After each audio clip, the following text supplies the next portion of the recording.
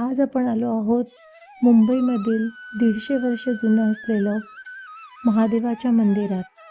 हे मंदिर परेल येथे असून हे 150 वर्ष जुनं आहे व हे मंदिर स्वयंभू आहे. माघ महिन्यातील माघ कृष्ण चतुर्दशी तिथीला हिंदू समाजात महाशिवरात्र असे म्हणतात. प्रत्येक महिन्यात कृष्ण पक्षातील त्रयोदशी युक्त चतुर्दशीला शिवरात्री असते. मात्र माघ महिन्यातील शिवरात्रीचा महिमा हा खूप मोठा आहे. शिवरात्रीच्या दिवशी सर्व हिंदू बांधव उपवास करतात व शिवाची आराधना आणि प्रार्थना करून दुसऱ्या दिवशी उपवास संपवतात. संस्कृत पुराण साहित्यापैकी अग्निपुराण, शिवपुराण, पद्मपुराण ह्या ग्रंथामध्ये महाशिवरात्री व्रताचे महत्त्व सांगितले आहे. या दिवशी बेलाची पाने वाहून शिवाची पूजा करावी असे या व्रताचे स्वरूप आहे. महाशिवरात्र हे आध्यात्मिक जागृतीची रात्र आहे. तो सर्वात श्रेष्ठ दाता म्हणूनही ओळखला जातो. योग पुराणात शिवाचे कृपाळू स्वभावाबद्दल अनेक कथा आहेत. त्यांचा कृपाळूपणा व्यक्त करण्याची पद्धत अद्भुत आणि त्यामुळे महाशिवरात्र ही कृपा ग्रहण करण्यासाठी एक खास रात्र आहे. हिंदू दिनदर्शिकेनुसार हा सण फाल्गुन किंवा माघ महिन्याच्या अर्ध्या 14व्या दिवशी साजरा केला जातो. हा सण शिव आणि पार्वतीच्या लग्नाचे स्मरण करतो आणि शिव त्यांचे दिव्य नृत्य करतो, ज्याला तांडव असे म्हणतात. महाशिवरात्र साजरी करण्यामागील वैज्ञानिक कारण म्हणजे रात्र हा फक्त सण नसून तो एक असा दिवस आहे जेव्हा तुमच्या मन आणि मेंदूमध्ये एक नवीन ऊर्जा निर्माण होते. धार्मिक ग्रंथानुसार महाशिवरात्रीच्या दिवशी भगवान शिवाची पूजा केली जाते. या दिवसाला विशेष असे महत्त्व आहे कारण या दिवशी भगवान शिव आपल्या भक्तांना केलेल्या उपवासाने खूप प्रसन्न होतात आणि त्यांच्या मनोकामना पूर्ण करतात. महाशिवरात्री उत्सवाला आध्यात्मिक महत्त्व म्हणून साजरे करण्यामागे अनेक मते आहेत. तसेच अजून एक आख्यायिकेनुसार महाशिवरात्रीच्या दिवशी वेगवेगळ्या ठिकाणी शिवलिंगाचे दर्शन झाले. ही सर्व शिवलिंगे 64 वेगवेगळ्या ठिकाणी प्रगट झाली. या 64 लिंगापैकी 12 लिंगे ओळखली गेली, ज्यांना आपण 12 ज्योतिर्लिंग म्हणून ओळखतो. अनेक शिवभक्त ह्या दिवसाला भगवान शिवाच्या विवाहाचा सण मानतात. भगवान शिव आणि माता पार्वती ह्यांचा विवाह महाशिवरात्रीच्या दिवशी झाला होता. हिंदू सनातन धर्मात प्रत्येक सण आणि उत्सवाचे स्वतःचे वेगळे महत्त्व आहे. प्रत्येक सण साजरे करण्यामागे आध्यात्मिक महत्त्व तसेच वैज्ञानिक महत्त्व आहे.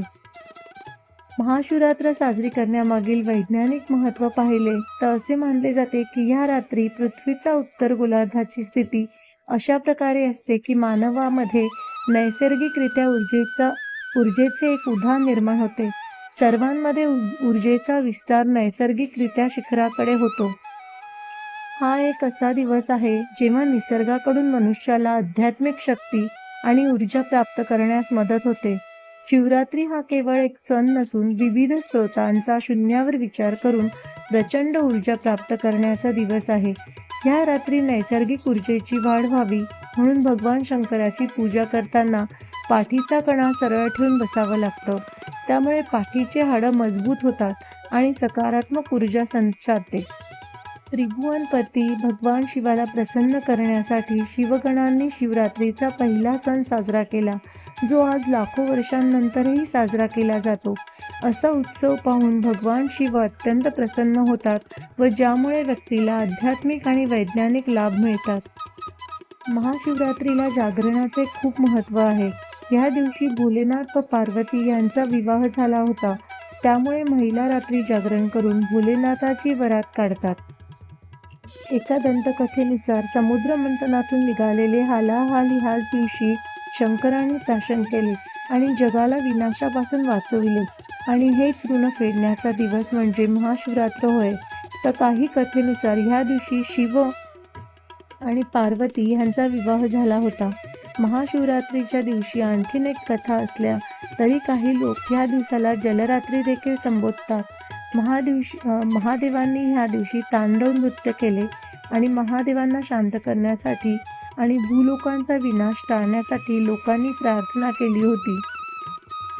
महाशिवरात्रीला शिवलिंगाची विशेष पूजा होते. पंचगव्य म्हणजेच गाईचे दूध, तूप, शेण, गोमूत्र आणि दही लावून शिवलिंगाला अभिषेक करतात. त्यानंतर दूध, दही, तूप, मध आणि साखर ह्या पंचामृताने शिवलिंगावर लेप देतात.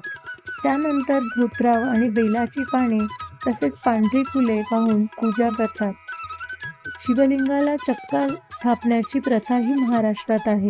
व पुराणानुसार महाशिवरात्र व्रताचा महिमा भगवान शिवाने स्वतः ब्रह्मा, विष्णू आणि माता पार्वतीला सांगितला आहे. त्यामुळे या व्रताला खूप महत्त्व आहे. हर हर महादेव.